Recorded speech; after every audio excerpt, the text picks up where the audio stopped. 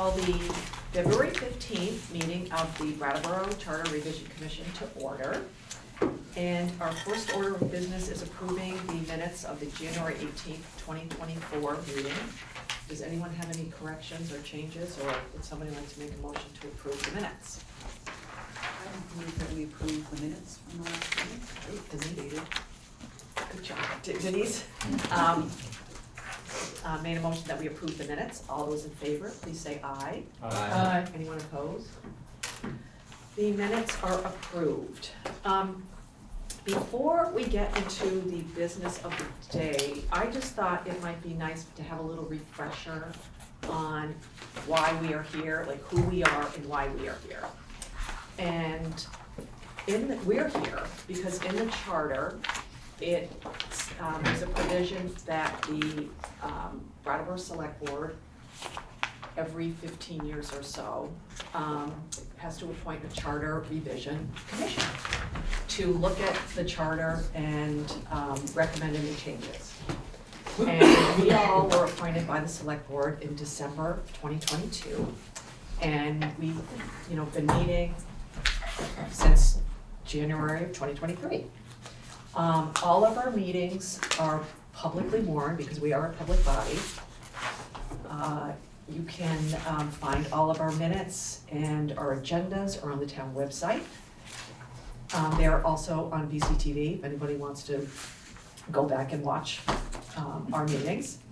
The first order of business that we really did, for people that don't know, is we did two things pretty much at the same time. We went through all the other charter commissions and how they did their work, so we can go get a sense of what we wanted to do and didn't want to do. Then we went over with our town attorney, gave us an overview of the town charter. And since then, we have been sort of taking it in subjects. And we have now a schedule that people can look at online of when we're doing what, and we'll talk about that again at the end. The important point for, I think, the viewing public to understand is we can't unilaterally change the charter. The 7 of us don't have that power. What's going to happen after we come up with any suggestions that we have to bring them to representative town meeting. And representative town meeting can either say they like what we did, or they can say, we don't like what you did. Any changes that get approved by representative town meeting have to go to the Vermont legislature for approval. So we are the first stop in like a three-stop process. And I think that's just important for everybody to know, so that the public understands why we're here and what our job is. So I just wanted to start with that so we can make sure we're all on the same page. Madam Chair, Yeah. could I just add one thing? I think that was really helpful for you to lay out that we're well into a process and what has brought us to this particular meeting. The one thing I would like to add is that we're actually in the early part of our second pass through all these topics. You mentioned that we were topic by topic, but we've actually had months and months of meetings where with different pre-announced topics, we invited the public to come and advise us of concerns or thoughts and suggestions that they might have. And we did have some participation in that, not a whole heck of a lot. But then after having those sort of research evenings, we came as a group to deciding on what the schedule would be for actually digging deeper into these topics and making decisions. That's perfect, yeah. And I think public participation has been our #1 thing that we've encouraged at every meeting, and we will continue to. So with that, we're just going to go over.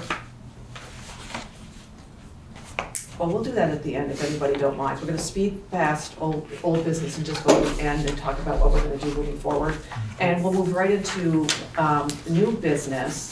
And the first item that we want to talk about is representative town meeting, what that system is like, and what an open town meeting is like. And did you want to say something, Yeah.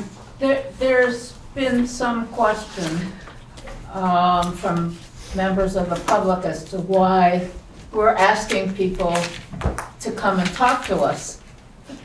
And the reason is pretty simple, I think, and that is that, as Kate said, we can't write the charter unilaterally. Now, there have been charter commissions in the past that pretty much did that. They didn't talk to very many people, and they got together and rewrote the charter. And I guess there weren't very many objections to it, but there was one charter commission that made 4 recommendations, none of which were accepted. So we as a group, I think, thought it important that everybody have a chance to have their say. And that's why we split it up into various topics, so that if you're interested in something, you can come and talk to us about it. So, Bob, interesting. Yeah, I think what we're gonna do for anybody who's watching, we're gonna go through the agenda, like topic by topic. You know, somebody who knows something from the town staff is gonna sort of fill us in. Then I think what we usually do is, you know, have anyone from the public who wants to give us their opinion, any suggestions they have, we'll hear from the public, and then we all sort of have a conversation with the public. So I think that's what we plan to do. So first, it's the representative town meeting and open town meeting. And we're gonna have Bob give us an explanation, particularly of open town meeting. Sure. How it differs from representative town meeting. Along the lines of, for people who have only lived in Brattleboro and only know representative town meeting, you know, there's that saying out there, we don't know what we don't know. So what I'm going to try to explain is perhaps what is the spectrum of the types of town meetings in Vermont. So representative town meeting is what the town of Brattleboro enacted, or the state, it's a state charter, back in 1959. But that is in the spectrum probably somewhere in the middle. On one side of the spectrum is what I would call the old-fashioned floor vote town meetings. So examples, there are lots of examples of that in the state and Windham County, whereby town meeting occurs, people, registered voters show up, there's the same type of a warning with the articles, and there's a moderator that moderates it, and each article is acted upon unless it, by floor vote. You know, all in favor say aye, or stand up, or however you want to do it. There are different ways to have a roll call. There are certain, I don't want to get into the weeds, but there are certain things you have to vote by Australian ballot, but your typical kind of old-fashioned small town is what I think you're referring to as open town meeting. It's just a town meeting where people show up and they vote, all right? Perhaps the other extreme are towns that have gone to voting on all of their articles by Australian ballot, where there might be informational meetings held to explain the various articles, but then the voting on that is just show up, go into the ballot box and vote by Australian ballot on each one. So there isn't the floor debate that you would have in what I'm maybe calling the old-fashioned, or what you're saying is open town meeting. But you have an informational meeting where questions can be asked. The issues somewhat can be debated by virtue of the questions. But that's perhaps the other extreme, which is everything by Australian ballot. And then Brattleboro enacted representative town meeting, and there the thought was, because it's one of the larger towns, everything's in proportion here in Vermont, but one of the larger towns in Vermont, to say, I believe Hillary told me it was 3 reps for every 180 voters. So you're electing representatives to then act in what typically is the representative town meeting, which is the representatives act as your elected voters to vote on the various articles, with certain exceptions. But I think those are maybe the three, if I were painting the spectrum, those are the two extremes, and representative town meeting somewhat in the middle. And did you want to add anything there? I would just add one thing that I think is important when you're voting by ballot is, you know, there's the aspect, like you said, there's no debate with a ballot vote. There's also no amendments. Correct. Good And point. so that's important to highlight that when you're voting from the floor, people can amend an article or amend a motion. Yes. Excellent point. Does anyone here have any questions for either Bob or Hillary, or otherwise we'll hear from what the public has to say? I just have one question. I know that in recent years, there haven't been enough people running as representatives. So how many, on average, are we having right now? Like, how many people are actually participating in RTM versus how many people can participate in RTM? So I don't know an average. It's varied from year to year and district to district. I can tell you that this year, District 7 has 14 seats available for a 3-year term. There are 5 people on the ballot. District 8 has 16 seats. There are 15 people on the ballot. And District 9 has 16 seats, and there are 9 people on the ballot. That doesn't include anybody who's declared their intent to run as a write-in candidate. And I've heard that there are others that plan to declare their intent to run as a write-in candidate, and that doesn't account for anybody that may show up at the district caucuses to be appointed for a 1-year term. But in terms of how many people are on the ballot, there's open seats in every district. Anybody else have a question? Right now, we'll have more time, so. So what we're gonna do is, we're not gonna time people from the public, but there'll be a time when, we'll know when too much is, it's too long, no offense, but we'll have to move people on. So we'll start in the room. We'll have Craig Mishkovitz, and if you could say for the record, TV, who you are, and where you're from. Will do. Craig Miskovich. I've been a representative town meeting rep from District 1 for 8 years. I guess that's now District 7. And I've been, before that I was a representative town meeting member for, I think it was District 2 on Highland Street for what, 12 years prior to that. So about 20 years of being a representative town meeting representative, RTM member. I have a little bit more information regarding the competitiveness or lack of competitiveness in the elections. So I went down a bit of a rabbit hole and I analyzed the last 12 years of elections. And in every year, there are 3 districts. And in every district, there can be as many as 3 elections. Because sometimes there will be an election for, there's always an election for the 3-year seat.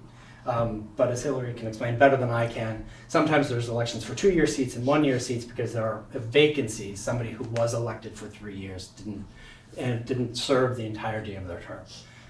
So that means 3 districts, possible 3 elections over 12 years. There's been 100 elections in the last 12 years, and 8 of them have been competitive. 92 elections were not competitive at all. The last time there was a competitive election in District 1, District 7, was 2012. Even the 3-year seat, which is always, there's always a competitive election, or there's always an election for 3-year seats, that is always the largest number of available elections, and that's also the largest number of candidates who run. Even those, I think there were, in the last, sorry, I have to look at my notes. In the last 36 elections, only 5 of them have been competitive. So some people do become representative town meetings by caucusing in on the night, the night before representative town meeting. But even that leaves us short of actual, we rarely fill the number of available seats with live bodies on the day of election. And I have some thoughts on what that means, but I just want to first maybe just give everybody that bit of information. Thanks. Super helpful. Thank you. Can I then ask a follow-up question of table over here? The quorum is the half plus one of the number of elected members plus ex officio members, but it's not the quorum of the total possible number of members. That's right? This is a discussion that we have Every year, because every year I have to, Right, we have to which is figure out one if of we the have a quorum. things, right, I'm and pretty that's- confident that the quorum is 50% plus one of the number of people who are filling slots, not of the 140 plus the Right. ex officio members. That's right? Section 6 of the addendum says a majority of all the town meeting members shall constitute a quorum, but a lesser number may organize temporarily and may adjourn. So, of the total town meeting members. So, but does that mean number of seats, or does that mean number of filled seats? The total number of seats. See, I take it to mean the number of people who've been elected. So members. that was one of the things that when we gave you sort of a list of things, that was one of the things that I think really needs to be clarified is what does a quorum mean? What constitutes a quorum? On our list. Patrick, is there somebody on the Zoom? Does anyone on Zoom like to say anything?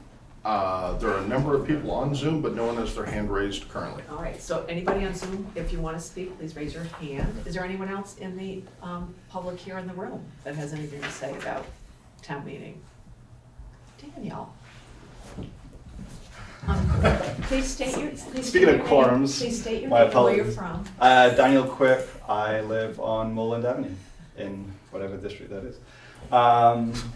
So I just have questions, really. You know, I don't have a particularly strong feeling one way or another.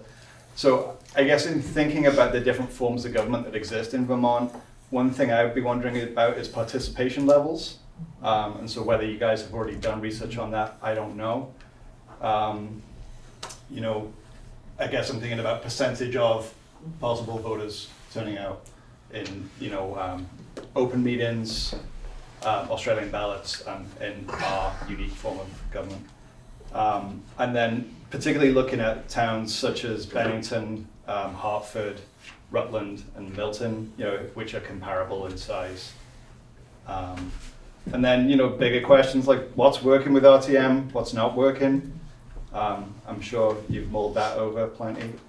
And, you know, I'm assuming that you would want to do some pros and cons of the various different systems, and Hillary's already kind of mentioned a little bit of that. So I just wanted to speak that and let you all wrestle with it.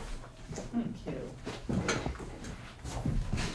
Yeah, and the one thing, and I forgot to do this, it's my fault, there was an RTM steering committee, I think we were called, that did a survey of RTM members, and we can pull that out, and, you know, that was 2 years ago or so, but that's something that we can use as, because it was really like, what do you like about it, what don't you like? So there's that angle that we can use too.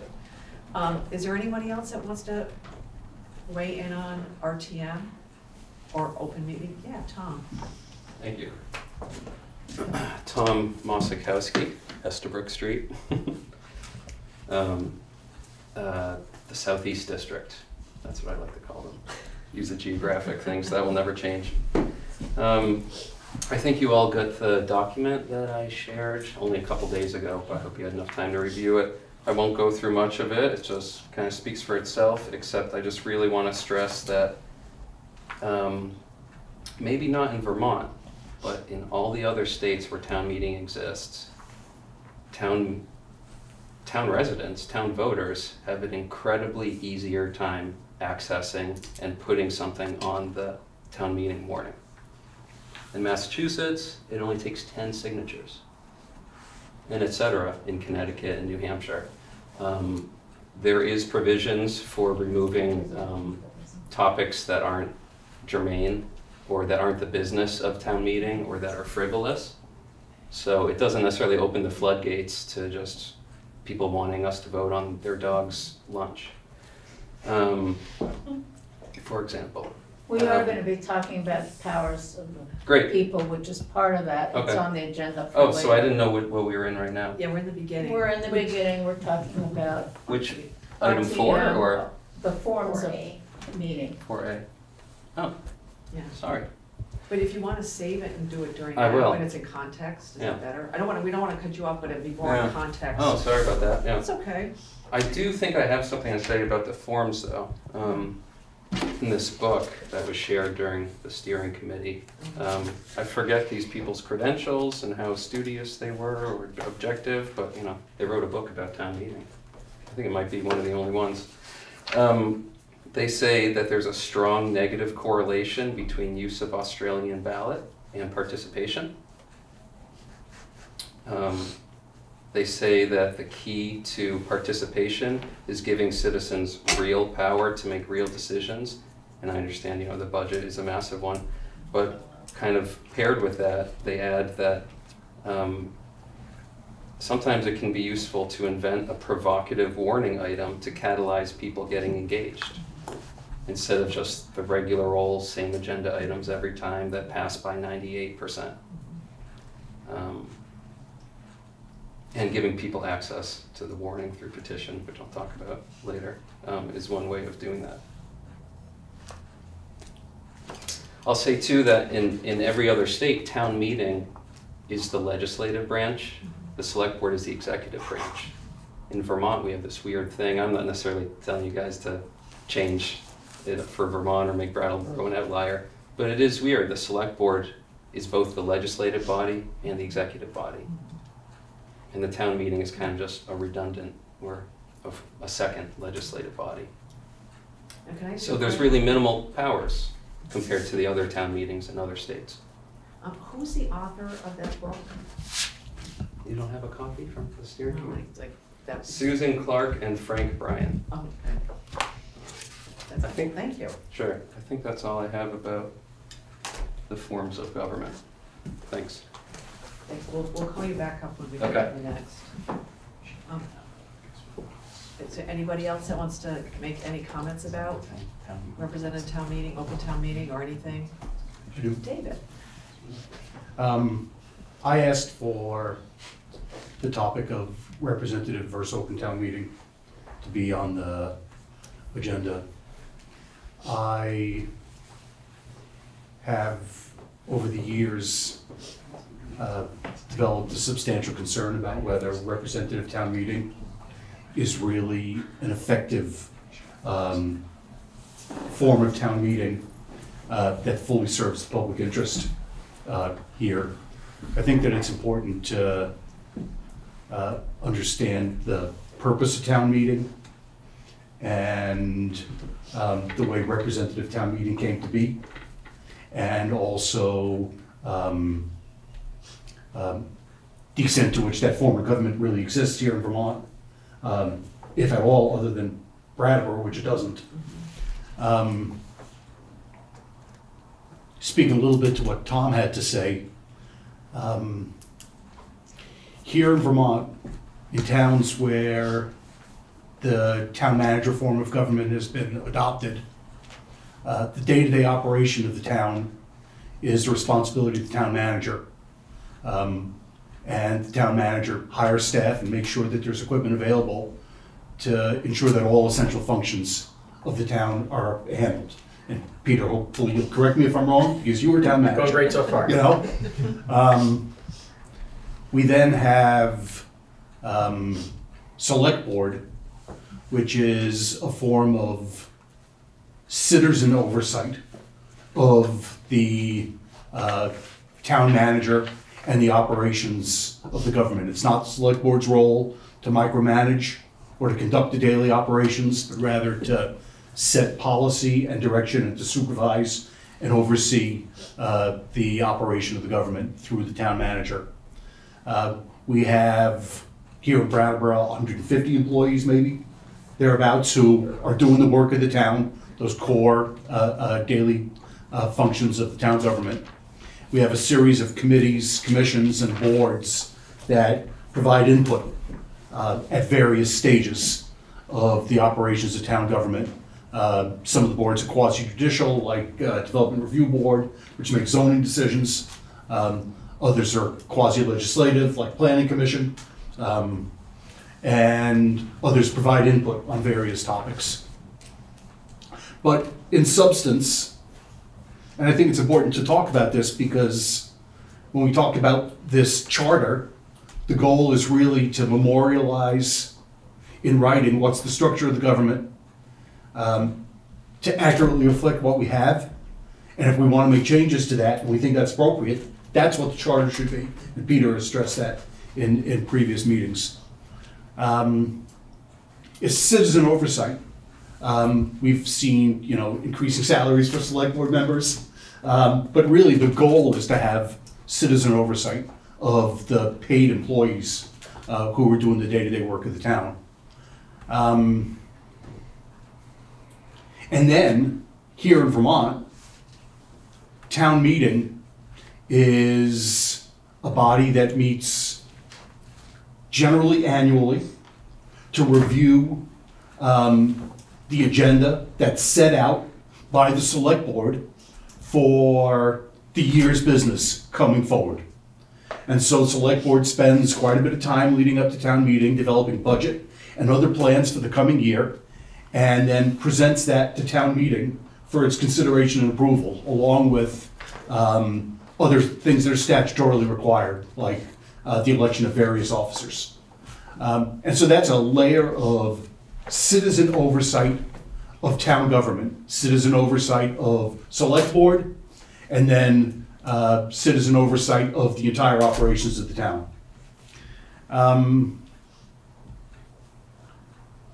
From what I can tell from looking through secondary materials that are available online about representative town meeting, there appear to have been two primary reasons why representative town meeting was considered and then adopted. And one of them appears to have been because the town was getting to be a pretty big size. The dividing line between what's a town and a city is generally thought to be about 12,000. And there were concerns about people being able to get into town hall. They couldn't get upstairs, the room was too small, town was getting pretty big. So there was a question about manageability of town meeting. And then there were also some concerns that appear to have been expressed about reining in the possibility of runaway town meetings for people who might come and try to pack a meeting based upon issue-oriented advocacy. I have some concern about that latter objective because it really seems to speak to protecting the town from itself and from its citizens, which is sort of an anti-democratic principle in many ways. From reading through Chris Grocke's summary, your dad spoke at that time quite a bit about having a potentially more stable form of government in town meeting because you would have people who were elected and who were committed. But I don't think the objective of having town meeting members meeting with their constituents has ever been realized here. I don't think it's ever going to be realized. Essentially what we do is we limit participation in town meeting to 140 residents who have to jump through hoops to go to town meeting. They have to collect signatures and they got to go get elected. It does look like historically you had town meetings where there could be 200, 300, 400 people who attended. And it appears that that tended to involve people and get people engaged in a way that isn't present with the present representative town meeting. There have been times when races have been competitive. When I first ran in 1984, I didn't get elected. My heart was broken. You know, I kept at it and I got elected the next year. You know, but there's seldom a competitive race.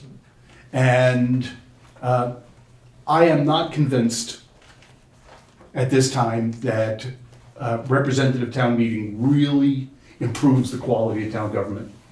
And that limiting participation in town government in that manner is really in the public interest. And I asked for it to be on the agenda so at least the topic could be raised. It looks like from the time that the decision was made to go to representative town meeting, it was challenged consistently for a period of years. In fact, there was a vote one year to rescind representative town meeting that won by 7 and then 11 votes after a recount. And then the next year that was reversed, but it was a topic that was questioned over time. And I don't know whether this is necessarily the forum to make the decision about that, but I really think that we could consider re-examining whether representative town meeting is the most effective structure, or whether having open town meeting is something we might consider. And I'll just summarize by saying really town meeting is the most essential form of participatory democracy that I'm aware of. I mean, I came here in 1982 and I was really sort of surprised that I would have the opportunity. I had to get elected, but it's participatory democracy, and that's what it is in all other towns. But here, there's a level of separation between that participation because you got elected, because it's a representative form, and you can't attend if the number of slots are filled. And I'm not clear that that's really the best form of government, and that's why I asked for it to be on the agenda. The one thing I want to point out too is that you don't have to be elected to go and vote on any of the school issues. You know, those are anybody can show up. So there's a level now that's different because we've separated, you know, so the schools now. And I've been to a few and I don't know if it's No, but nobody goes. Yes, the first year, everybody went, because there was something, I can't remember what it was, but it's sort of, but there's no barrier. It's the grass on the. Oh, yeah, well, it's the Artificial astroturf, turf. yeah.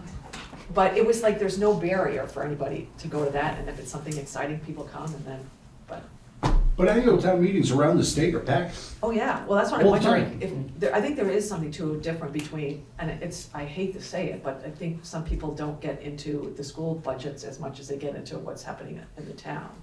That's sort of inherent in that, but there's no barrier right now to go to vote on the school budget. However, I'll let, Ian hasn't said anything. We want people who haven't spoken first, and then we'll rework the room. Good evening, Ian Goodnow, Frost Street. Thank you very much for the work that you do on this board, this commission. So I wasn't planning on saying anything, but the two things I wanted to bring up after hearing some discussion. First is I really appreciate Craig's work, and it's clear that the system that's currently in place needs to change in some way, right? We look at the charter every 15 years. This is your opportunity to make some sort of change to better the system. And I'll really come with an opinion myself on whether that should be getting rid of RTM or not. But like, no competitive races out of almost 100, it should be updated in some way. But then I think the other thing I wanted just to share is my experience moving to Brattleboro. I moved here 6 years ago, and I'm a pretty politically engaged guy, like civically interested in giving back to my community, and I found the RTM process baffling. And I didn't run or anything. I was really quite confused by it, and I got involved in another way by getting onto as an alternate on the developmental review board, which was a really great way. But like, I really was very confused by it, and if it's not competitive and it's just a barrier for people to be engaged. I grew up in Essex. My parents took me to like the normal town meeting. I knew what town meeting was. I'm not new to the state, but I came to Brattleboro and was just baffled by it. So that's all I wanted to share. So thank you. Oh, that's helpful. Is there anyone, Patrick, on Zoom that wants to say something? We'll go back to Craig. Great, thank you. Craig, District 1. I totally agree, David, that it seems to be broken. We need to fix it. I find town meeting to be oddly anti-democratic. We could have an Australian ballot, and that way everyone, not just people who can take an entire day, sometimes two, to vote on 12 agenda items, could participate. I know that is very difficult for the municipality, and it doesn't allow for amendments, but it's not anti-democratic to ask people to come and vote on a matter by Australian ballot. But representative town meeting, unfortunately, is less democratic. It excludes people, but it's not at all representative. Right? We don't exclude anyone. Sometimes, in order to represent the people in my district, I have to be elected by the people in my district. The marketplace of ideas will rise up, and I will get elected because I will vote in the manner that is consistent with the way that my constituents want me to vote. But when everybody gets to go, nobody gets to vote for anything. So somebody who's at home and says, I can't participate in representative town meeting because it's too long and I don't have those resources and I don't have that time. They're excluded from any meaningful participation because they can't vote for or against anyone because there are just too many spots for too few people. So we can either change the world and we can get more civic participation in Brattleboro, and I've heard that story for 20 years. We're not going to do that, and I don't think this board is going to be able to do it, despite your best efforts. My recommendation would be two things. Let's make representative town meeting truly representative. Let's have competitive elections without having to change the behavior of 12,000 people. Let's reduce the number of representatives to 70. That way, every race becomes competitive. And let's lower the barrier to entry. Let's not have 10 signatures required to be on the ballot. And that way we'll get more folks running, and those races will have more consequence, right? Elections have consequences, someone once said. Ours no longer do. Thank you.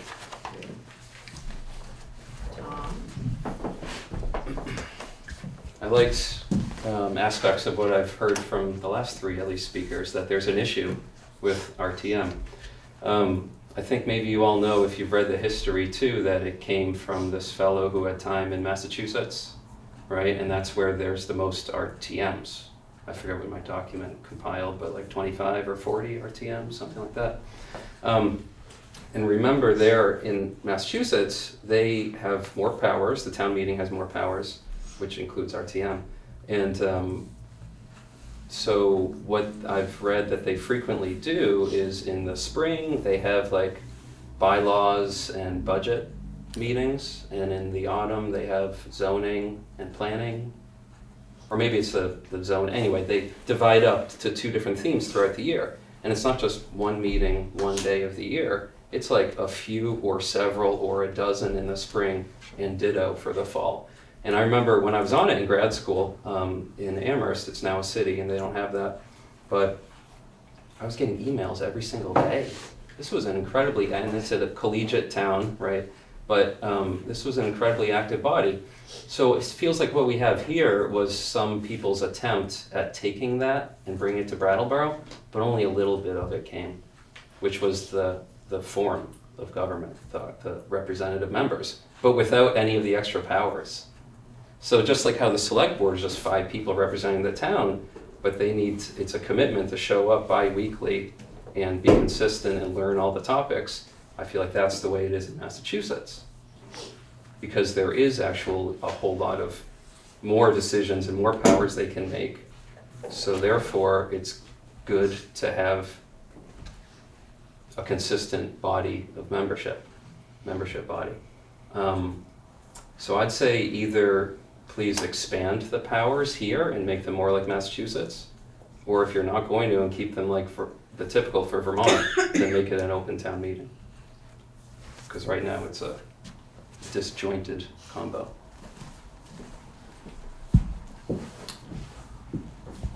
There is finally a Oh, hand. Spoon, well, hey, Spoon, yes, we'll recognize Spoon. Unmute. Okay, can you hear me okay? Yes. Okay, well, what's happening is sort of what I expected, is that we're hearing a lot of statements that we have no way of verifying or talking further about. So for instance, Craig was talking about the notion of representation.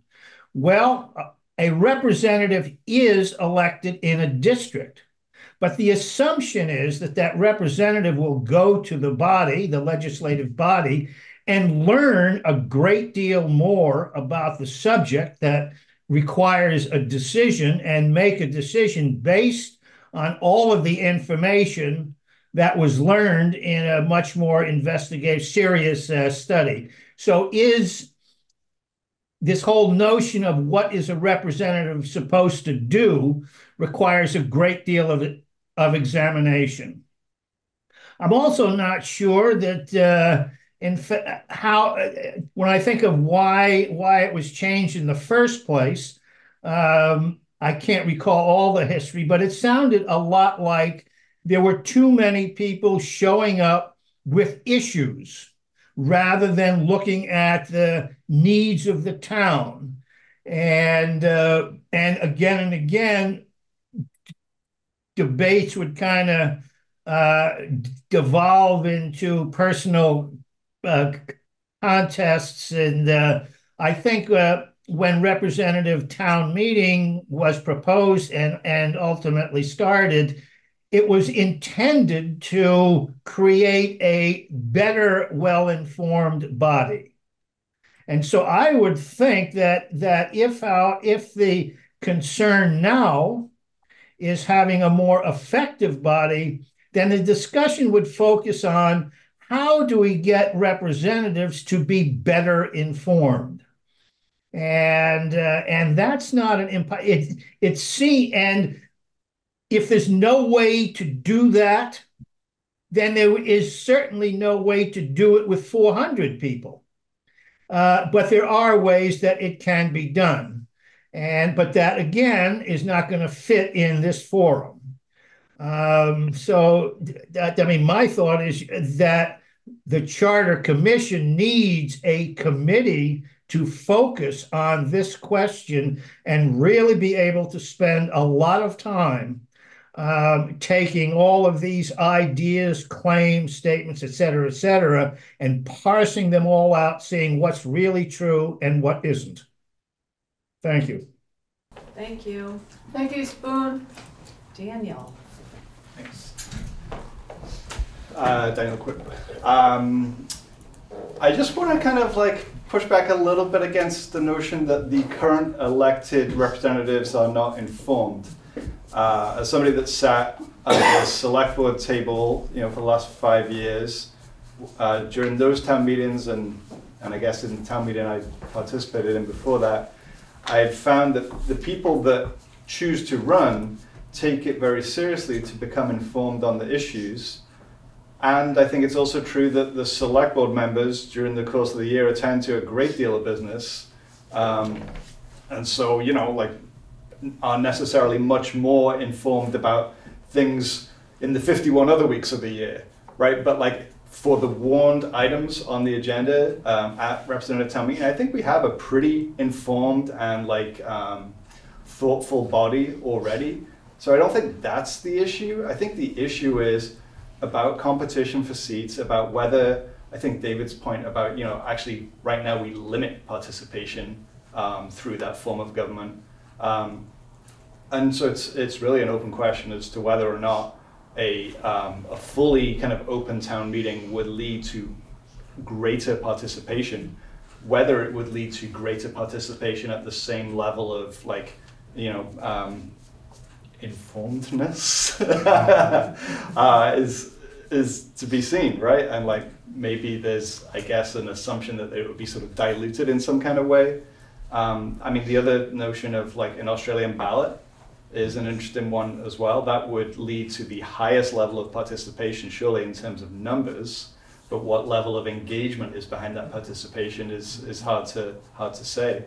I would imagine that for any Australian ballot, there's an information meeting, and I'd imagine, like I've seen in information meetings for RTM, there'll be a lot of questions about things, and if you know that that's your only opportunity to kick things around, I'd imagine those would be pretty robust conversations. So.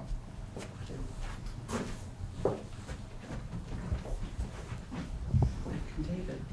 You go ahead first. All right.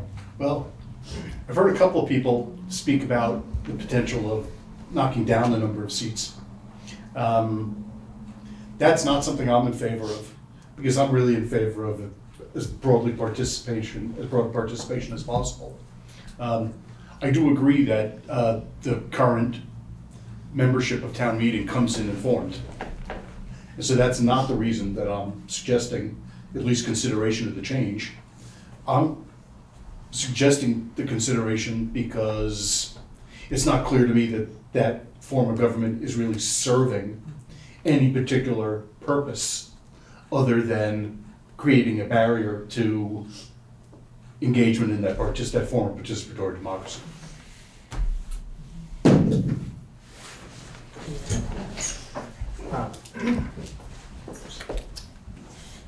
I'd like to be unequivocally clear about one of the things we talked about tonight that I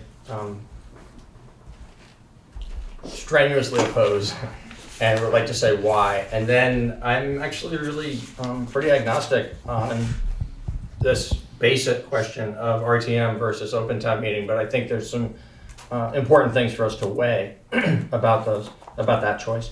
But I hope that we don't forward on past this commission to for further consideration by the town the thought of going to an Australian ballot system. It indeed would, as has been mentioned, create the opportunity for the greatest amount of participation in the decision making. That's true. But as Hillary pointed out, and when she and Bob were describing to us some differences between these different systems, there's no opportunity not only for debate, but also for amendment. I think that's a really important part of the process, whether it's in an open town meeting or whether it's in a representative town meeting, that we listen to one another, and you don't necessarily end up voting the position that you might have walked into the room with, because that actual engagement of the people before the decision gets made often impacts the outcome of the vote. So I think that's a really crucial part of having taking advantage of the opportunity to get greater participation among the people in the community who are interested in participating with the other people in the community in making these decisions, what's in the budget and the other major decisions that are made by town meeting. And so I really strongly urge us not to go to an Australian ballot system. I need to think more and want to hear more about representative town meeting versus open town meeting. I find compelling the concerns that have been raised around particularly the degree to which it's a complex system that is intimidating to people. That we talk over the years, we've heard more about the concern about a barrier to entry because you have to get elected, but 92% of the time that's not a barrier to entry. So, one thing, and actually an example of how debate can affect the way a person thinks about some of these. I've often held my personal opinion that we don't need to be having all this debate about RTM and open town meeting, because if you want to participate in town meeting in Brattleboro, you get to. And so it's sort of like open town meeting, because everybody who wants to be a part of it gets elected or caucused in. I've changed that opinion this evening based on this discussion, particularly the idea that there's a whole bunch of people who are just never showing up for the, showing their hand as being interested in participating in this, because the very complexity of the system is a barrier to entry. I think that's right. And so I think that's a problem that we need to address. The bigger question to me that we need to weigh, I think we could decide, we could address some of the issues around complexity and even like authority. There's been questions about like what do we expect town meeting to do versus what the select board does and what staff does. But I think there's things there to look at further.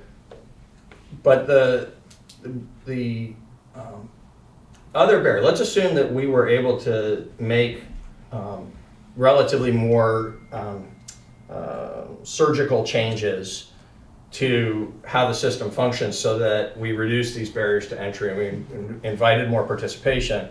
There will still continue to be the issue that has also been a source of great concern, and I believe also does cause people to choose not to participate, which is the length of the day, and in recent years actually multiple days. And so one of the things that the Town Meeting Steering Committee a few years ago considered was whether there ought to be multiple meetings throughout the year, much as Tom was describing of how the system works in Massachusetts. And I think that's an idea worth considering in terms of the essential business that is by statute having to get conducted at certain times of the year, being springtime business, primarily because that's how we would align with the other town meetings and with state statutes requirements. But there would be opportunities, we could create a system where there would be opportunities for additional town meetings to be held at other times of the year to be addressing topics that we think are important in Brattleboro to be addressing through that large public gathering rather than just because they're the requirements of the system.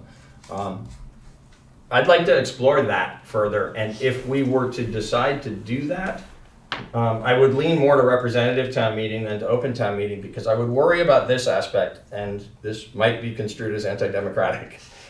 But if we were to go to a system where there's multiple different town meetings throughout the year for different purposes, I worry that open town meeting combined with that,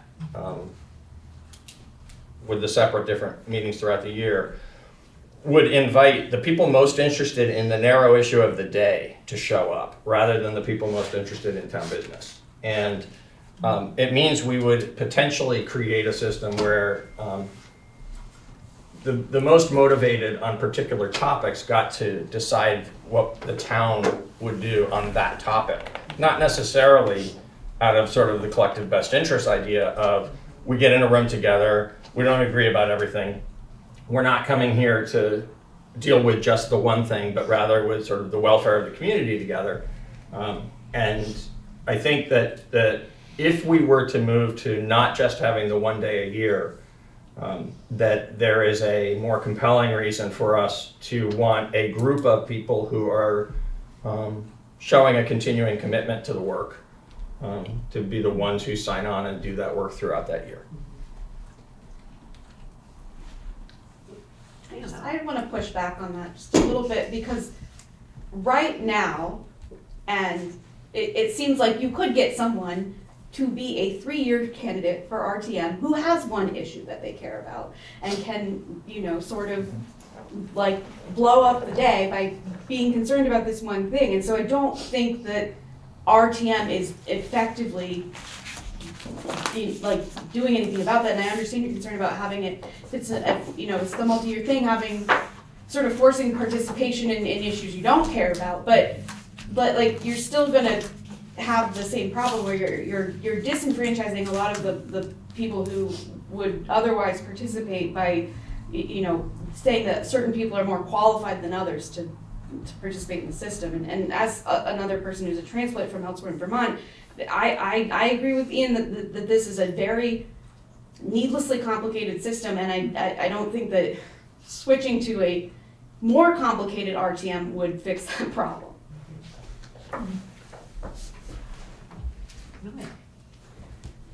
My experience was very different from Ian's. Because when I moved here, I applied to be an alternate on the DRB, and a couple of other DRB people convinced me that I had to run for town meeting. And I went around my neighborhood and found out that nobody in my neighborhood had ever been an RTM member. And they were, I didn't have any trouble getting people to sign my petition because they were excited about the fact that somebody was going to be there for them. And I try every year to figure out what the big controversial items are going to be at RTM and ask the neighborhood what they wanted me to, how they wanted me to vote. And when the police station was, the vote for the police station came up, whether it was going to move or not, my neighborhood almost uniformly did not want it to move to Black Mountain Road. And so I think Kate and I were probably 2 out of, 7 or 8 people who voted against the move. But, you know, I think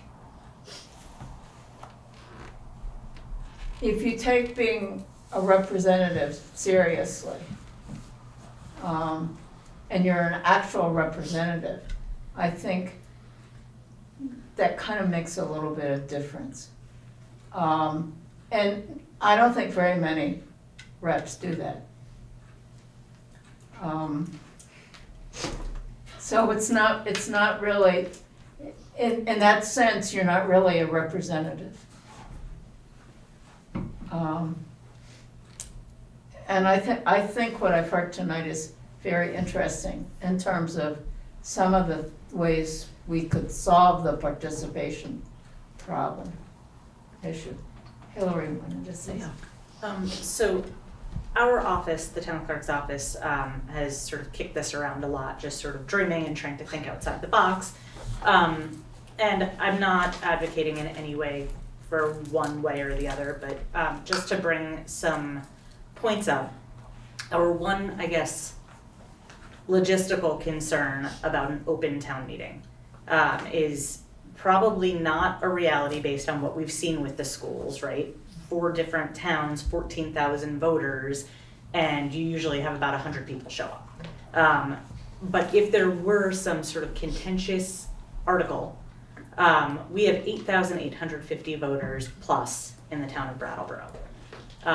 If we had 50%, 25% of the voters show up, where are we holding that? You know, it's not even a guarantee that we can hold representative town meeting at the high school gym, which accommodates the 150 people that we have. Where in town is there for us to hold a meeting much larger than that? So that's a logistical concern. It's not a reason not to move in that direction, but I just think it's important for you all to think about. And then the other aspect that Craig mentioned was sort of that idea of waiving the need for a petition. And I think that there would still need to be a consent. If we did that, somebody would need to sign saying, yes, I want my name on the ballot. And I don't remember the exact numbers, and Craig probably has this in his notes, but if you look back to the height of COVID when petitions were waived, those were some of the years that we had the more contested races. We found in our office that the day that those consent forms were due, we had a number of people contacting us and saying, hey, my neighbor just contacted me, said there are open seats. How do I get my name on the ballot? And that you would think that that 10 signatures would be so simple to get, but there are people who that creates a level of anxiety for them to go around and collect 10 signatures, and they might not be willing to go to a representative town meeting and speak, but they're certainly willing to go and vote. And so that is potentially a barrier that's easy to waive. And then in my mind, if you have a number of candidates and it becomes a contested race, that's where the campaigning comes in and where you get to talk about your platform and hear from the people in your district how they want you to vote and really talk. If it's not contested, then you're not having those conversations. But when it is contested, and if you remove that barrier, then there's more of a chance of it being contested and more of a chance for those conversations. So again, not advocating one way or another, but just my recollection is those COVID years when petitions were waived, you had more people on the ballot. Okay. I can just provide Oh, yeah. some information that, and lawyers shouldn't introduce evidence against their interest, but I'll do that. I think participation went up. So right now, District 1 has 5 people on the ballot and 16 open seats. 14 open seats. So in 2021, 22, and 23, the elections where we would have had the adjustment, because the 2020 election didn't have that adjustment, there were 0 competitive seats in District 1. There were competitive races in District 1. There were 0 competitive races in District 2. And there was 1 competitive race in District 3, and that was only a 2-year seat that had 3 open spots. But there was increased participation. 16 people ran for 16 spots, 13 people ran for 13 spots, 12 people ran for 15 spots. So it increased the participation, but not so much that anyone other than 1 race was somebody actually excluded. Let's go to Zoom, and we'll do David, I think that's David Levenbach, and then we'll do Marta, and then we'll go back to Spoon. David and Marta have not spoken. Thank you, David Levenbach, District 3. Relatively small point, but I think it's worth mentioning. For the last 2 years, and I plan again this year, Bob Osher and I organized or set up a forum for District 3 residents, which includes, by the way, Mr. Gartenstein, to talk about the issues that were on the warning and to, hear what any of the people who were interested enough to come out had to say and what their concerns were. I will say one of the issues is finding a venue to do this. But in fact, I think one of the things town might consider is seeing whether either the town hall could be made available on 3 different nights or 3 different times during a weekend for residents to come before. And we do this generally about a week and a half before town meeting or 2 weeks before town meeting when the warning is out. Or to see whether the town could work with one of the elementary schools to open up their gym to make it easier for us to hold these kinds of forums.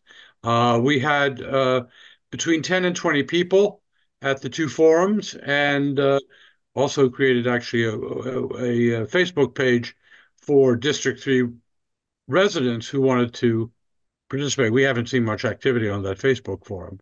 But so at least in District 3, we have been trying to solicit constituent opinion. Thank you. Now we'll go to Marta.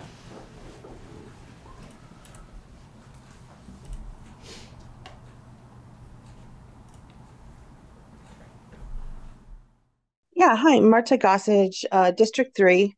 I just wanted to make a note about participation during COVID, because during COVID, I know that a number of people really appreciated RTM being online, and I'm aware of a handful, maybe 5 to 10 people who used to be in town meeting reps, but no longer are, due to childcare issues where they can have their child with them at home, or immune issues, meaning now that COVID is kind of endemic and town meeting comes at, this part of the year where we've all been cooped up, and also comfort, people for whom sitting on a folding chair is very, very, for that long all day, it's very, very uncomfortable, and being able to sit in a more comfortable chair allowed them to be able to make it through the entire day. I'm not saying that we should put RTM online, but I am saying if we wanted to decrease barriers and perhaps increase participation, I feel like during the online years, that was it really helped a number of people participate who might not have been able to otherwise. Thank you. Okay, we'll go to Spoon, and then I think we'll wrap up and go to the next thing. If everybody, we'll decide what we're going to do next with RTM. Spoon. I sort of thought that what this meeting was about was the commission asking the public. Kind of feels like the public has simply been invited to be a part of your meeting. That aside, I think a much bigger question is talking about what is wrong. What are the problems? Several times, this probably shouldn't actually be allowed. People throw out ideas of how to do things differently, but it hasn't even been identified what is wrong. I don't know. There are contentions it's not as representative. And it's not clear to me what else would be more effectively representative. Or maybe it isn't even representation. Maybe the meeting is not being run in a way that is satisfying and productive and effective. Maybe there are other ways to conduct the meeting that might engage people more, that might deal with issues in different ways, that would enable people to participate in a stronger way. And there's a lot of ideas for doing that, like screens. But there are so many questions. I don't know. The question is, why aren't citizens interested? Why are they losing interest?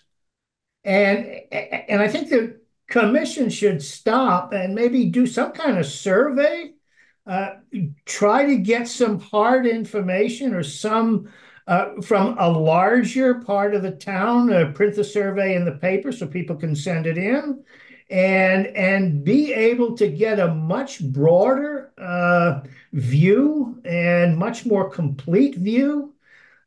Because I don't know whether we're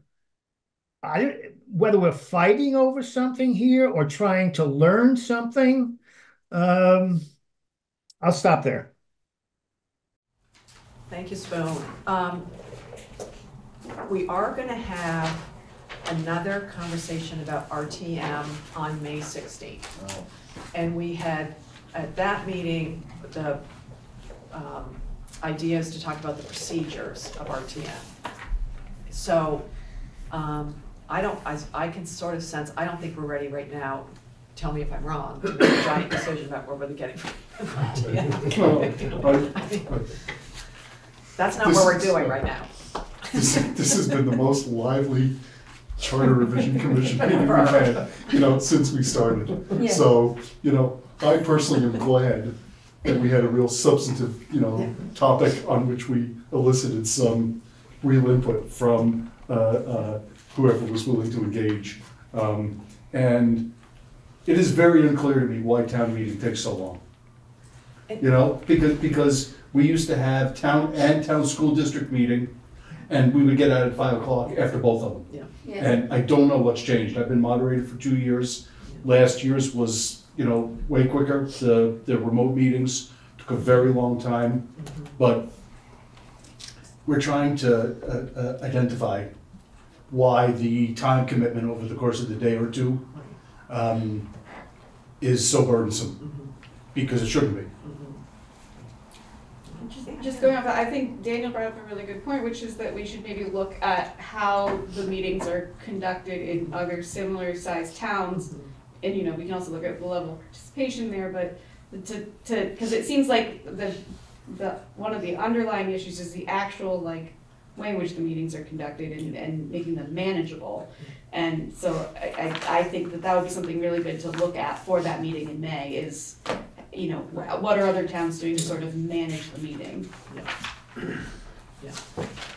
And traditionally, they didn't really go on forever until it was like pay as you throw. You know, I mean, there was like some big issue that everybody was going crazy about. Get us all out by noon this year. Yes, there's nothing, there's nothing. So, and I just want everybody in the public to know that if you have any comments about this between now and the next meeting or whenever, you know, you can contact us at charter@brattleboro.gov. And it doesn't necessarily mean either on May 16th that we're gonna make a decision. You know, we're gonna do it when we feel that we have enough information for ourselves, when we have enough public input. So I don't want there to be some, you know, we're making a decision on a certain day, because we just don't know at this point. So Hannah's got a point of finding out about how it works in those other towns based on what Daniel said. Is there anything else, anybody here, that information that would be helpful? And you don't need to tell it now. I'm gonna remind everybody, which I forgot the last time, to email everybody and, oh, there's Bob. Well, just along that, and it goes to with what Tom brought up from Massachusetts towns, and if you're gonna be bringing this up in a couple of months, would be between if there are representative town meetings in other states, those representative meetings may give more legislative authority to that body. That is very different.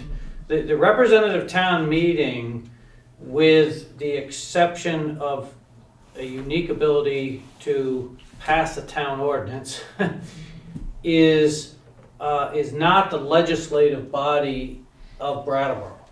The select board is. And the select board is the legislative body by state statute in all the towns that have open town meeting. So to what Peter was talking about, there's a little bit of a difference between the open town meeting, and perhaps we went to representatives because 5,000 people showed up and the moderator had trouble, you know, and we needed to have representation just as a matter of scale. That's perhaps one reason to have representative town meeting. But if representative town meeting is to create a body that has more legislative control, that's a completely substantive difference.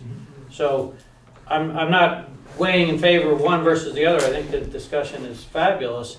It's just that you may want to research that, or we can hopefully perhaps get some more information on that. I'd like to just make a clarifying comment, if I might, since Bob referred specifically to what I said, which is that I think that's a point well made.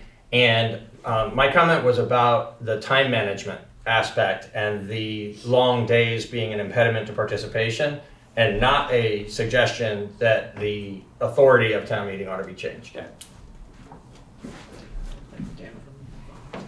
Thanks. Daniel Quip. Maybe just a clarifying question, and maybe for Bob. So as I read the chart, the section about like how the charter gets changed, one of the parts is saying the Charter Revision Commission suggests, you know, makes recommendations, and that is then voted upon by representative town meeting. Were one of those recommendations to be to change the form of government from a representative town meeting? It's strange to me that that body is the body that votes on it. Could Bob explain why? Well, less why that is, but there is a check and balance to that, insofar as if representative town meeting voted on that and said, no, we're representatives, we of course want to keep it the way it is because I'm a representative, something like that. There is the ability in the charter as it stands now to seek a referendum with 250 voters to petition to take it to the town as a whole. So that would be or 50 town meeting members could sign a petition for that referendum as well. So there is the way to get it to all of the voters of the town on that particular issue. It's also possible that if we decided that we wanted to make a recommendation, that we could suggest that maybe it should be put to all the voters of the town rather than the town meeting. And maybe that structure could be designed as well. I don't know for sure, but maybe. We'll talk. We'll do David and Spoon one last time. We do have a couple other things on the agenda, and we are gonna talk about this again in May, but if you could keep your comments brief. Do you have a preference as to who's first? Well, Spoon had his hand up first, and then we'll do Spoon, and then we have more exciting things, so I hope everybody stays. You truly are.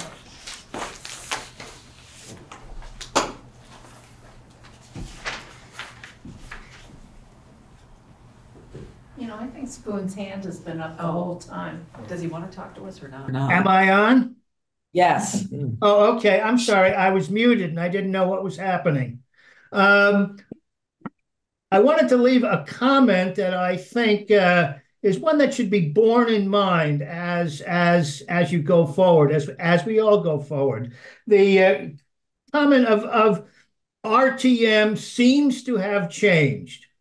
Yes, it has.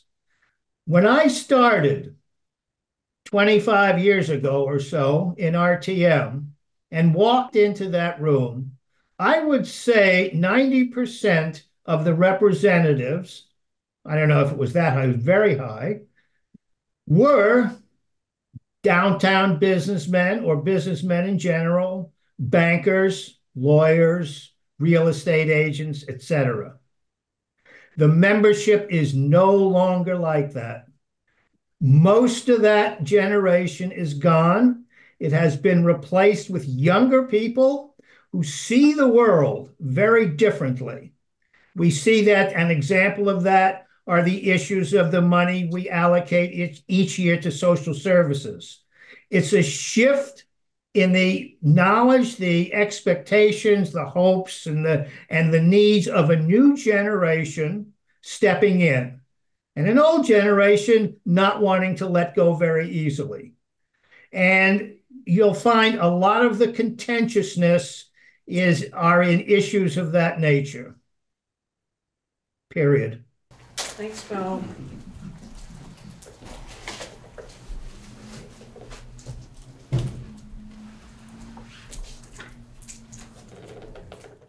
It's me again. I think the suggestion for looking at how other towns manage, and this is what's coming up in May for your discussion, is a fine one. But I think in planning for that, you might want to go and look at the tape, because it's not like every issue, for example, the appointment of a town clerk, it generates hours of discussion, but selected issues generate lots of discussion. And so you may get a distorted view if you don't take the content into account. Thanks. Thank you. Human service. Okay, so if that makes sense, we're going to talk about RTM again on May 16th. We're going to talk about the procedures, and we'll get this other information so we can have another conversation. Probably the only, it might be the second of more. You know what I mean? I don't think this is not going to be resolved. So we're going to move on. The next thing is powers of the people, which anybody who has their charter in front of them is Article 3, Section, or it's Article 3. We're going to specifically talk about two sections that exist and possibly a new one. And the first one is Article 3, Section 2B, which is the petition for inclusion in the warning of an article to be adopted. Petition for inclusion in the warning of an article to adopt an ordinance. And currently, right now, there is the ability of the public to vote to petition for put an article to adopt an ordinance they can do that. But that's unique to Brattleboro. So one of the suggestions, or it came up in our review, whether that should change, whether the people having the ability to petition to put an article to adopt an ordinance should continue. Does that make sense? And I don't know if Bob wants to. That was one of the, when I reviewed it just as an overview, had raised as a topic. It is unique to Brattleboro. In all other towns, to my knowledge, the adoption of an ordinance is by the select board. The select board adopts it, passes it, then there is the right of the voters to petition for a referendum to undo an ordinance that the select board has adopted. That's the standard procedure outlined in Title 24 and followed by most all the other towns in the state. So this is that, what I was mentioning earlier, that there may be more than one, but one area where the charter gives the representative town meeting the right to enact legislation and act legislatively. So one question for debate is whether or not you think that's a good thing. Should it be taken out and be just like all the rest of the towns and have the select board do it? There's still the check and balance that way with the voters seeking a referendum to undo an ordinance. Or do you want to keep it?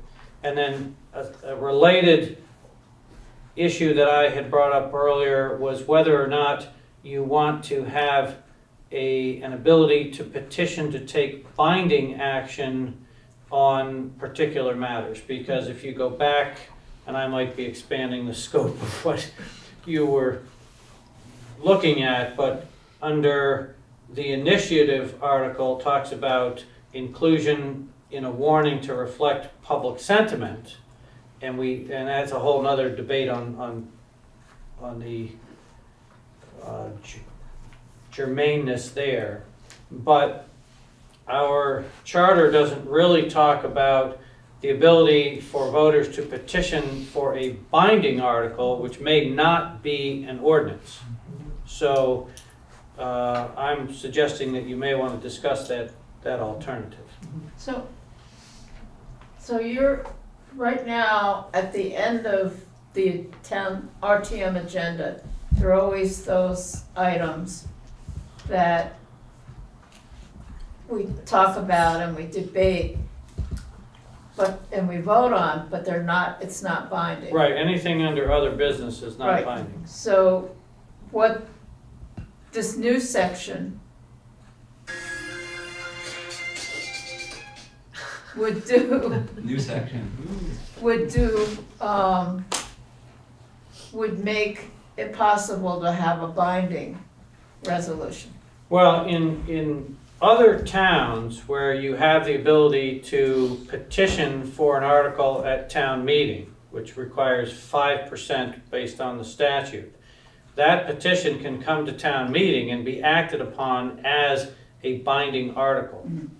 Our initiative section talks about to reflect public sentiment and to be advisory only. That's Article 3, Section 2A. So we don't, I mean, if you go up to what isn't included in the charter is included in the state statutes, theoretically we can have a petition of 5% to take binding action. But it is somewhat odd to me that it's not stated in the charter specifically. So that maybe is a matter of style, but I think you want to be able to have the ability of the voters to petition for an article on town meeting, which however you do your town meeting, to take binding action. Right, so I went back to Title 17 before coming to the meeting to see what's the role of town meeting.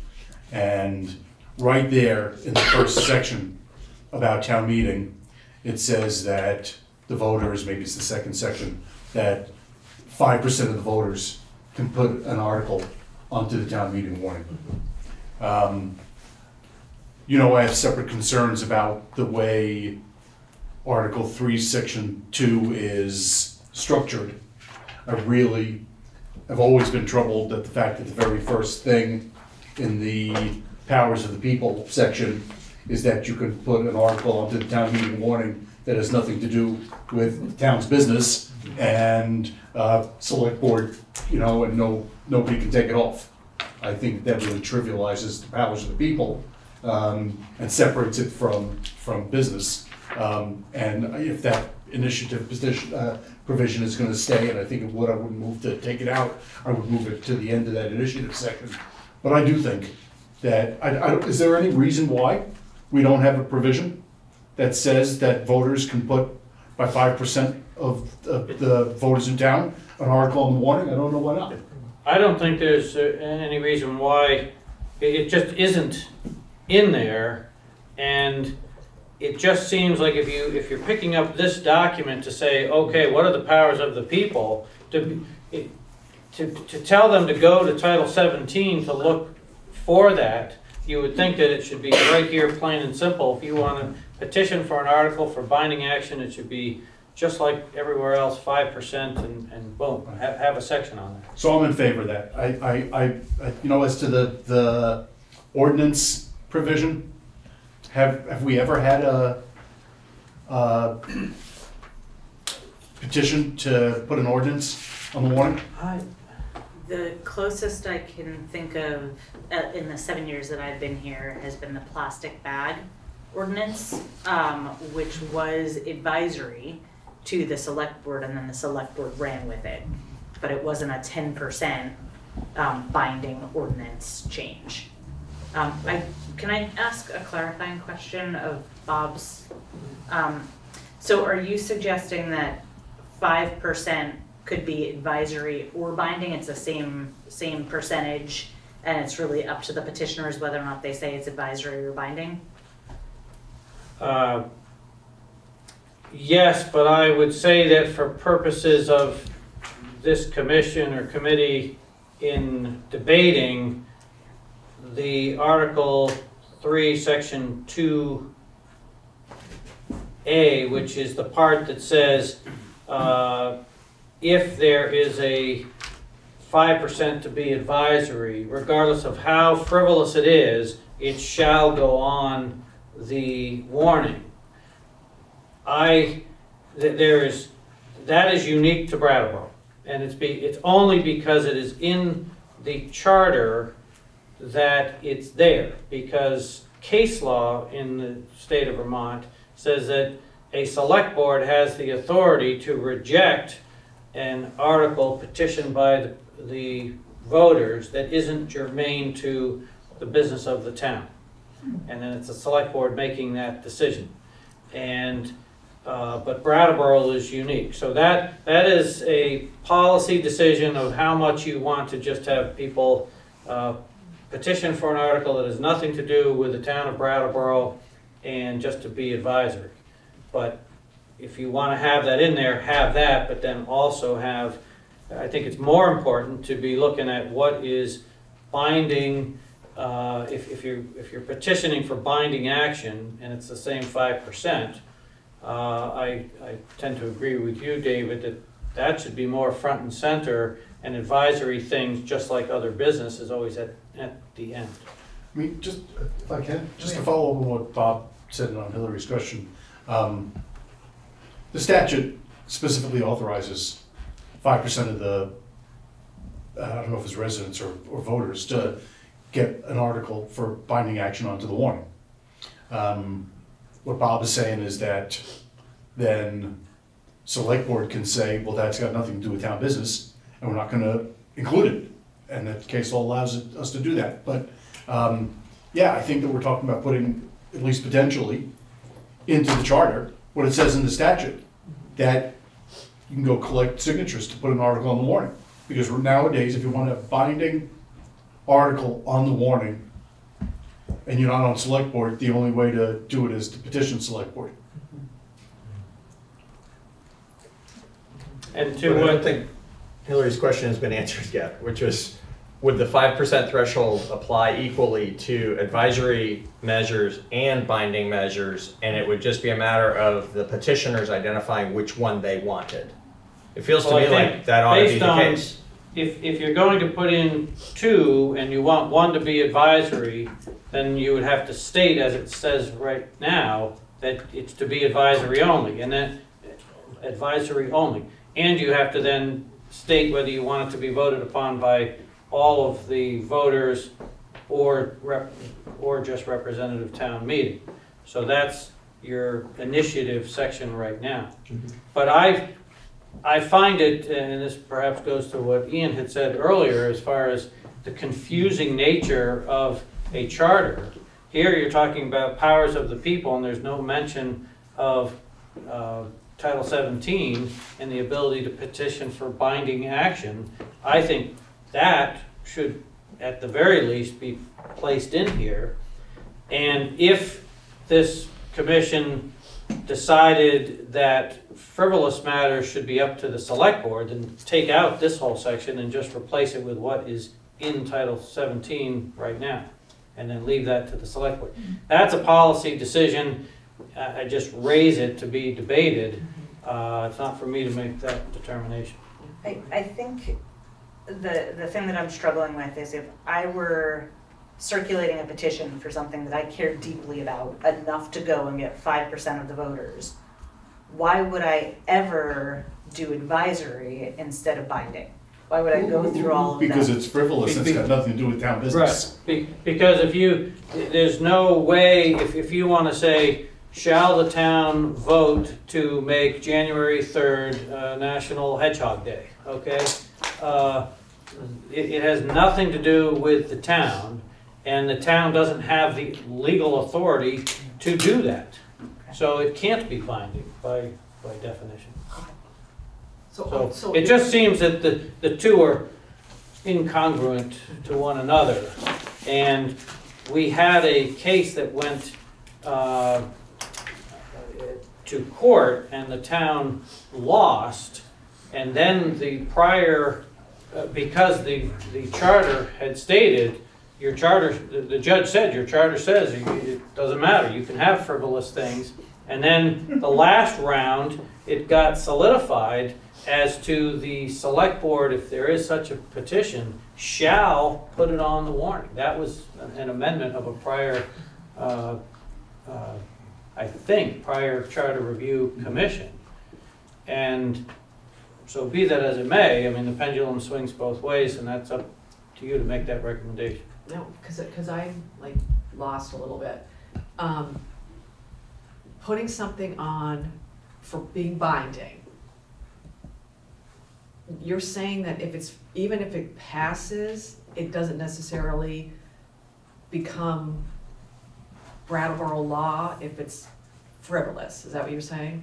Well, like that's where you lost me there. Well, I think it's because who says it's frivolous?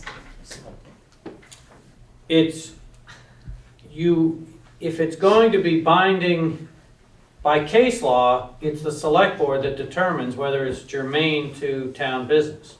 So if it's going to be binding, the select board makes that determination. If you're going to state, I only want this to be an advisory vote, then you need to state that, and then the select board has to put it on. That's the difference. But I think you were asking if the petitioner said binding, and then so it automatically went on, but then it was determined by the select board to be frivolous, would it be undone, is what I thought you were asking. Right, because what? But the determination would be made before it went on the ballot. That's what I was asking. Right, if you petition with 5% for a binding action and the select board determines it not to be germane, it doesn't go on the warrant. So basically, you're petitioning to ask the select board, will they put it on, basically, in a way. Because if they decide first, before anybody votes on something. Right. I think that really, if you collect 5% of signatures of voters for a binding article, it goes on the warning unless select board determines that it's not germane to town business. So it's not asking the board to put it on the agenda.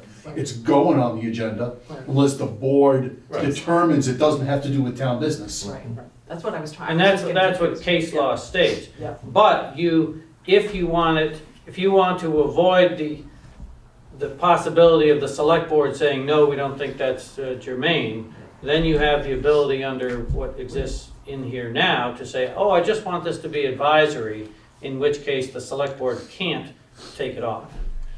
Is there no provision in state law for an advisory vote?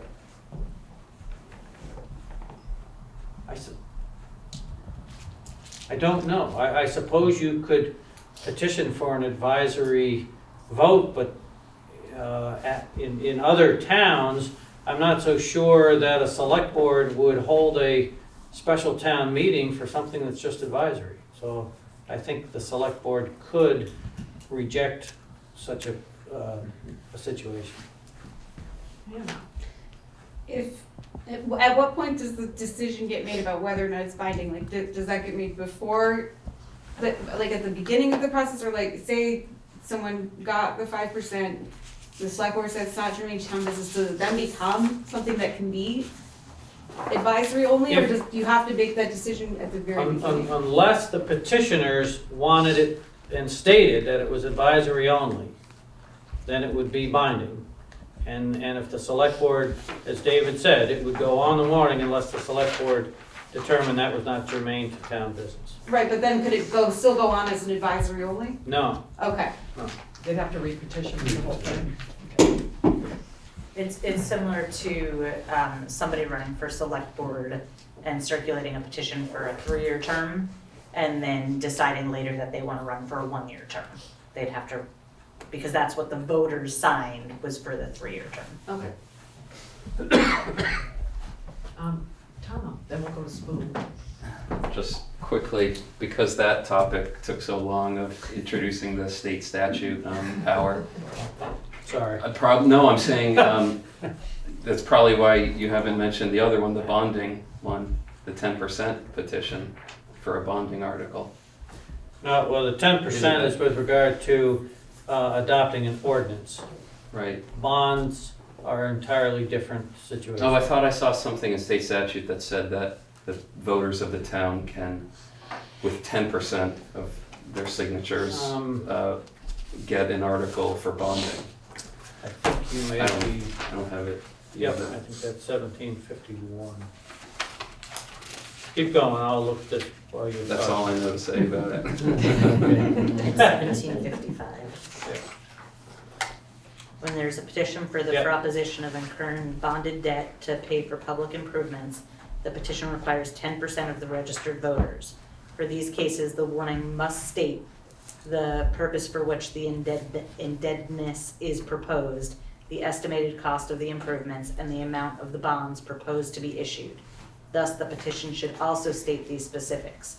The form of the bond article is also mandated by statute, so petitioners should consult 24 VSA 1755 through 1758. In Brattleboro, these bonding articles are acted upon by Australian ballot by representative town meeting members, not by the voters at large. Yeah, so just in the interest, which I agree on, in making that powers of the people section a one-stop shop for town residents of knowing what their actual powers are. I totally agree with that. And if there's anything else that, that we're missing, I certainly don't have all the state statutes telling what, us what all our powers are, but if there's others, that'd be great to have it all collected in one place. Just as a preview, Tom, we have a group working on looking at all the other town charters and seeing what's in town charters that aren't in our town charters, or our town charter, to see if there's things that we want to adopt. So we're doing the. And I would also say that we do have this how to get an article on a ballot, the 5%, the 10%, the bond, it's all in a brochure that's also on our website. Thank you. Is that something that your office put together? Yes. Very happy. Okay. Look. And it's an excellent document.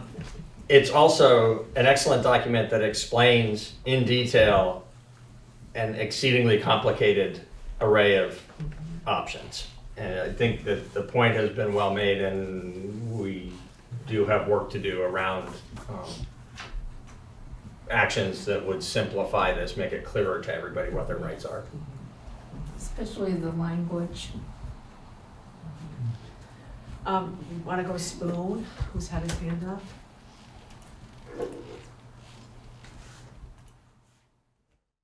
Okay. Well, there are so many issues here, but I'm going to start with just a little levity because it's going to be pertinent to a point that'll follow. There's a reiteration of an old joke, which goes, if a man says something in the woods and nobody hears him, is he still wrong? And I thought of that when this discussion started out, because as if it was prompted by the fact that we in Brattleboro were the only town that was doing it. As if we in Brattleboro are the only ones doing it, are we wrong? The real issue here is the fundamental premise of democracy itself. Who has the power? In all of my life, I have understood that in a democracy, all power belongs to the people, not a part of it, all of it. And they cannot give it up unless they dismantle the democracy altogether. They then delegate power. They don't cede it. When they choose legislators, representatives, they are delegating power. They are not ceding it. And now, to bring that into what you're talking about, are you saying the select board at town meeting are just 5 citizens that have been elected to do a particular job? They have been delegated with certain powers. Are you to say that when 450 citizens sign a petition saying that they would like to talk about something at town meeting, that 5 citizens can say, no, it's not relevant to the agenda? Whose agenda is it? Whose meeting is it?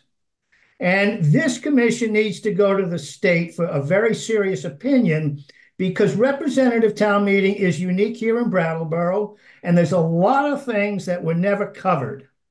And I think you need to get an opinion from the state. Whose meeting is representative town meeting? Is it the select board's meeting or the people's meeting? And this is a vital concept to understand in deciding what is to go in that charter. The charter is an agreement among the people. It is not an agreement with the select board. And it is the people who decide how they will delegate power and what rules they will make, et cetera, et cetera.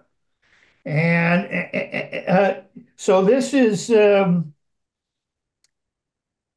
very, when you talk about frivolous, I think it's a word that is used to try to demean the issue. You should probably stick with it. Just say non-germane and get rid of that word frivolous. Throughout the 1850s and 1860s, the hottest subject in town meetings was slavery. That was not relevant to any particular town meeting. Were the people not permitted to talk about slavery? Period. Thanks, Bone.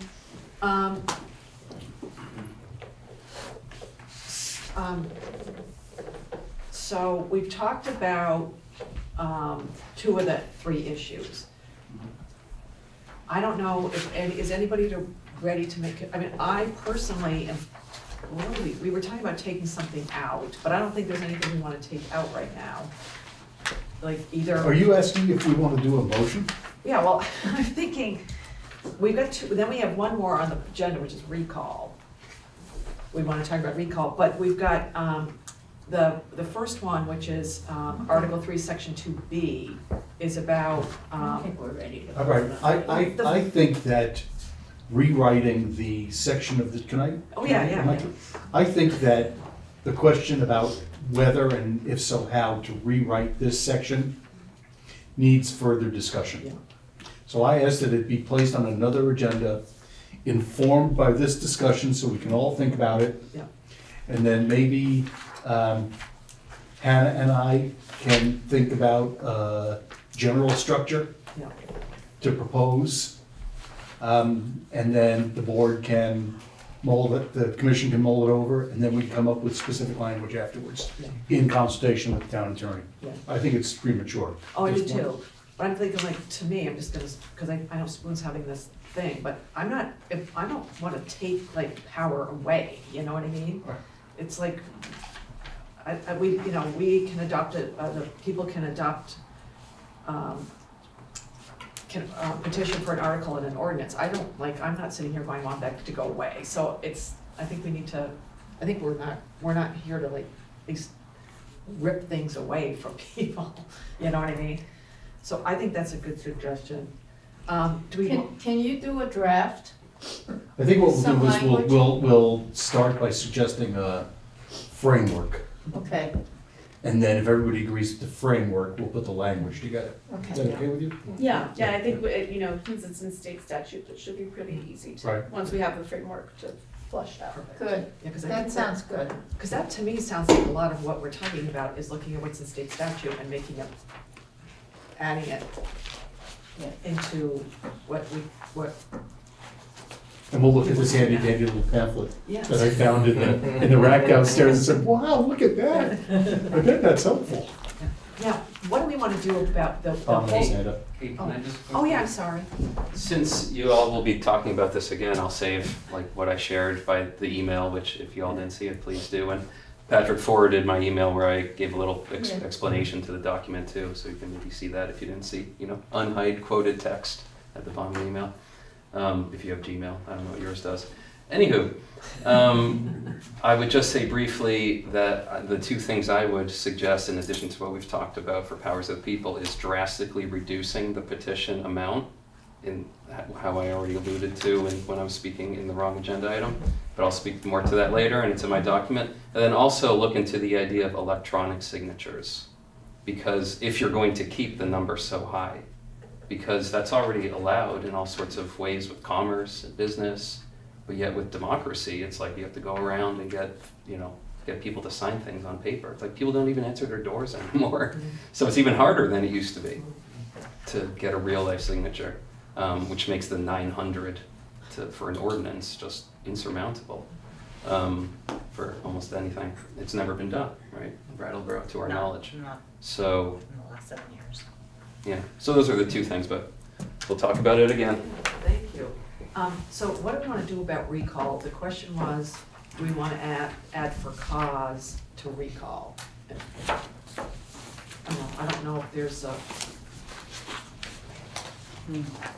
and what does, I mean, that's sort of a big, like, what does that mean? So just to perhaps introduce that, it's somewhat unique to Brattleboro in that you have the ability to recall public officers, but it is only with regard to a petition, and it carries with it a very high percentage, or 25% of your legal voters, okay? So on the one hand, it's saying if you want to recall somebody, you've got, even to have a vote on it, you have to have 25%, which is very high. That in and of itself may equate or be synonymous with cause, because theoretically it would be difficult to get that number of signatures unless people really felt somebody should be recalled. So that, I just raised that as whether you want to say for cause or have standards, so that it's not just a vote popularity contest, but by the same token, having 25% is a very high figure. So that's just food for thought. Does anybody have any? I'm in favor of leaving that alone. I do too. 'Cause I think like who gets to decide whether it's like the cause is good or not? Do you know what I mean? Defining cost seems to be more complicated than just saying you need to get 25%. Yes. So if you can get 25%, you've clearly done something to upset the voters enough that I don't think the cause matters as much. Right. I mean, the House of Representatives was having enough trouble trying to figure out when you can impeach somebody.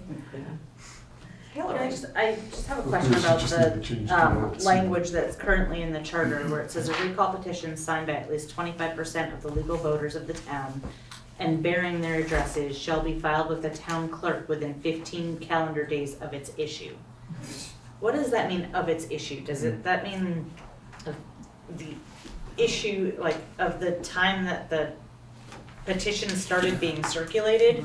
Because we in our office don't necessarily know when it started being circulated. Somebody could drop off all the signatures 5 days after, there's no date on it, or is it within the issue of what happened with the select board member that they're trying to recall? So we can clarify that. Again, that's... Which might not even be a definable moment. Exactly.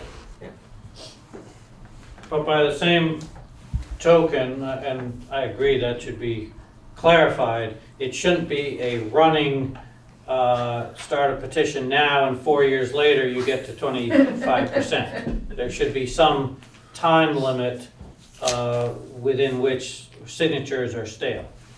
Well, one of the things with that, is, you know, the address that somebody signs needs to be the address where they are currently registered to vote. So with how transient many of our residents are, and I agree with you, it shouldn't be like a 4-year running, but if somebody signed it and then moved, their signature won't count if they signed at an address where they're not currently registered at the time that we check it. None of the other petition articles, petition sections in Article 3 say by when the petition needs to be submitted. It just says shall be signed by 10%, shall be signed by 5%. I don't know why we need to have the language in there saying within 15 days of its issue, shall be filed with the town clerk, period. I think it's to Bob's point that you don't want it to drag on for, like, it seems like it should be something that's a little bit more timely. But it is unusual that it's just this provision that has that. But the standard is so high. Right. I think that's the protection against the passage of time. I mean, if there's some reason why the voters get very agitated about a particular elected official and start circulating such a petition, and then they fall short of 25% and things die down for a while, but then there's another reason why things sort of heat up again some other time. You know, especially with the safeguard of at the time that you're going to certify that 25% have signed, those 25% at that moment have to be actually at the same addresses as are reflected on there. Feels to me like that's the protection against this just being a piling on kind of situation. The 25% threshold is it makes it possible in extraordinary circumstances to remove somebody from office, but they have to be pretty extraordinary circumstances, and they ought to be. They ought to have to be. And I would add to that, you know, elections for select board happen every year. There might be somebody who in the beginning of their 3-year term does something that the voters wish to recall, and so yes, you want to recall them before their 3 years is up, but in general, you know, elections happen regularly, and if the voters feel strongly that they want that candidate out, they will vote that candidate out at the next election as well. So I think that that's another safeguard to this going on forever. So are we saying take out the of its issue? Yes. Yeah, Okay. because we don't know what it Some of means us for are. one thing. We either fix it or, I think that's it. that's it. Now, I'm gonna just read off because we have interested people like here and on Zoom. The next meeting, we're gonna skip March because of RTM, and we figure everybody's gonna be going a lot then. On April 18th, 6:15 here and on Zoom. We're going to have our other charter people. We're gonna do a review of things that are in other town charters that we might wanna consider putting in our charter, things that we might not have even thought of. Then on May 16th, once again, we're gonna talk about representative town meeting, and then the role of the select board.